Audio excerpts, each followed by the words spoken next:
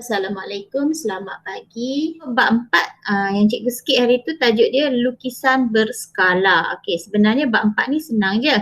Okey, apa maksud lukisan berskala? Okey, lukisan berskala ialah lukisan yang dilukis semula. Okey, seperti objek asal mengikut skala tertentu. Maksudnya yang ini macam apa, arkitek lah kan. Okey, arkitek dia nak lukis plan rumah kan. Okey, dia nak reka bangunan ke apa ke. Okey, contohlah dia buat bangunan tu, contoh rumah lah, arkitek kan nak bina rumah. Okey, contoh yang ini panjang sepatutnya 500 meter. Tapi bila dia lukis plan kan kita lukis pada kertas kan. Takkanlah kita nak lukis betul-betul 500 meter. Okay, so kertas tu akan jadi besar lah. Okay, jadi kita akan guna skala. Macam awak belajar dalam geografi kan, peta Malaysia. Okay, peta Malaysia. Contoh dia buat 1 cm mewakili 100,000 kilometer. Contoh macam tu. Okay, itulah skala. Okay. Jadi skala ni ialah dia punya formula ukuran lukisan berskala per objek. Ingat dia punya ni lukisan nisbah kepada objek LO. Awak jangan tersilap dia mesti ukuran lukisan dulu di depan, belakang objek LO lah. Okay, jadi lukisan berskala formula dia LO, lukisan per dengan objek. Okay, so yang ni pun yang kedua pun adalah lukisan. Selain daripada ini kita boleh tulis ukuran lukisan berskala nisbah kepada ukuran objek atau cikgu buat tadilah L nisbah O. Lukisan nisbah objek. Dalam bentuk nisbah, yang bawah ni kita boleh tulis 1 nisbah N. Ini formula lah. N tu apa? N tu mesti integer yang positif ataupun dalam bentuk pecahan. Apa itu 1 nisbah N? 1 nisbah N ni bermaksud 1 unit pada lukisan berskala akan mewakili N unit pada objek. Contoh 1 nisbah 3. 1 ukuran pada lukisan, 3 ni ukuran pada objek. Kita tengok yang kedua. Contoh yang ini kita nak isi dalam jadual ni. Contoh rajah 1 ni dia dah buat. Contoh yang pertama ni. Biasanya yang mana kita nak tahu yang mana asal dengan yang lukisan.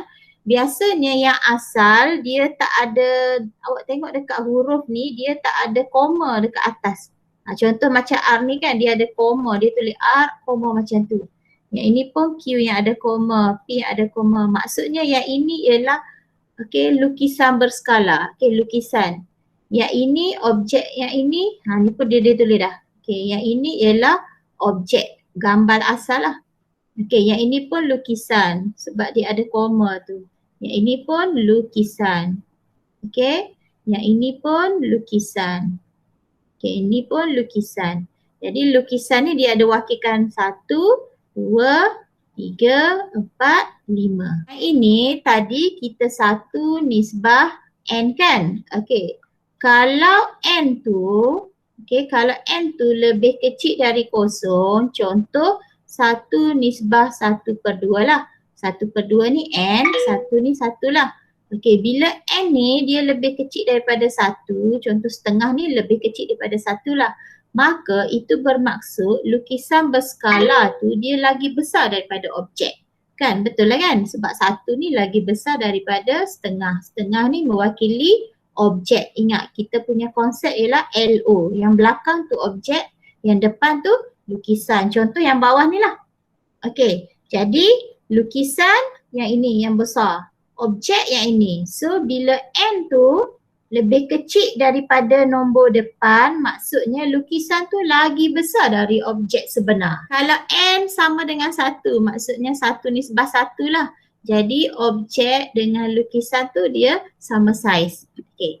Yang ketiga, kalau N lebih besar dari 1. Contoh 1 nisbah 2. Jadi yang ini objek, yang ini lukisan.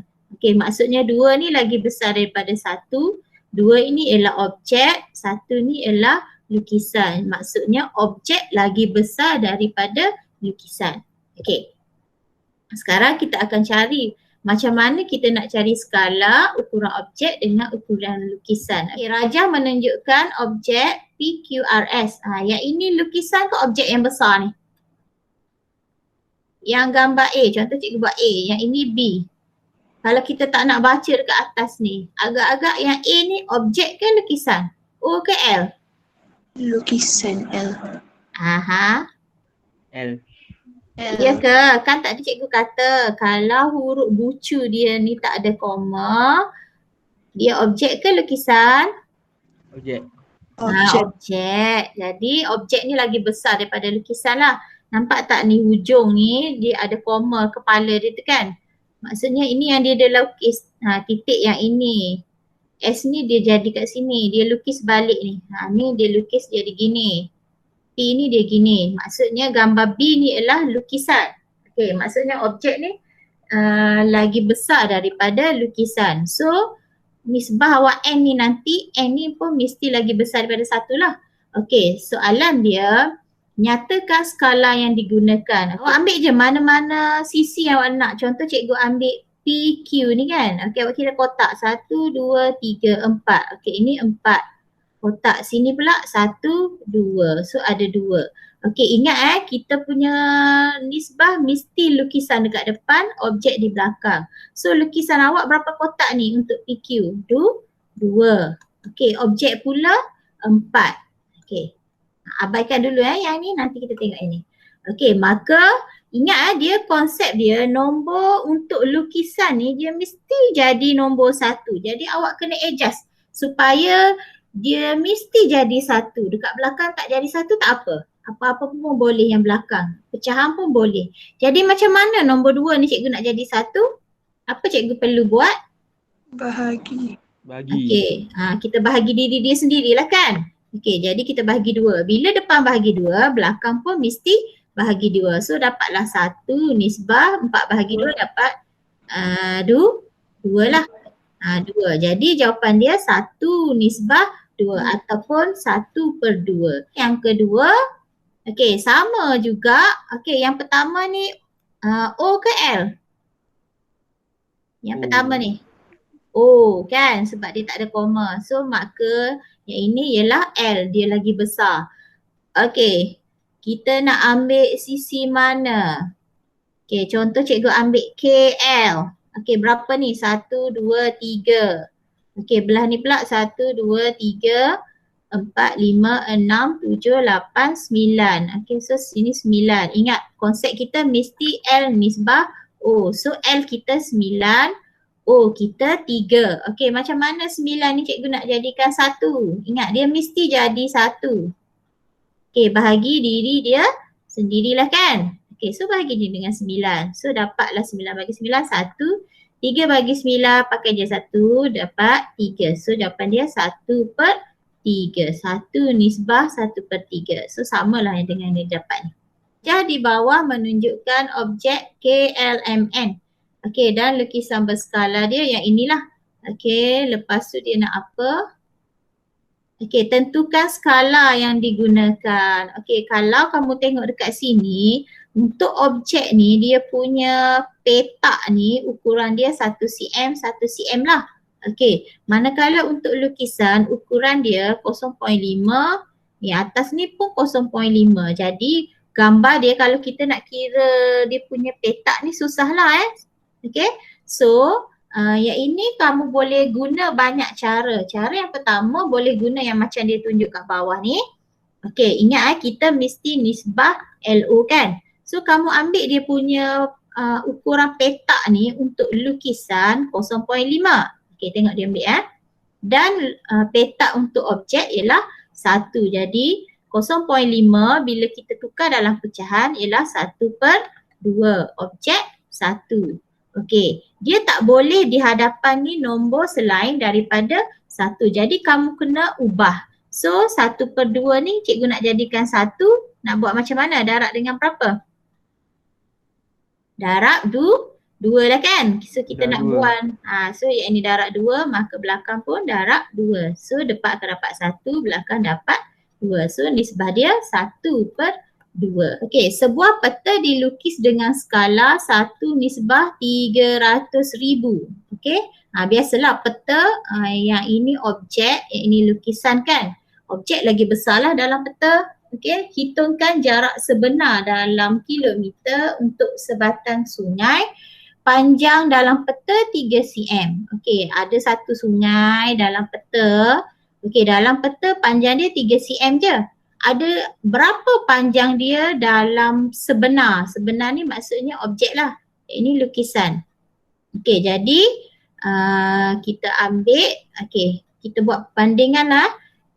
Dia punya skala 1/300,000. Okey. Yang dia nak 3 cm. Okey, jadi dia tanya berapa kalau 3 cm? Kalau 1, 300,000. Kalau 3, berapa ratus ribu pula? Okey, boleh tak kita buat perkaitan tu? Abaikan yang cikgu tunjuk ni. Kalau 1, 300,000. Kalau 3, berapa agak-agak? 900,000. Awak buat macam mana? Darab.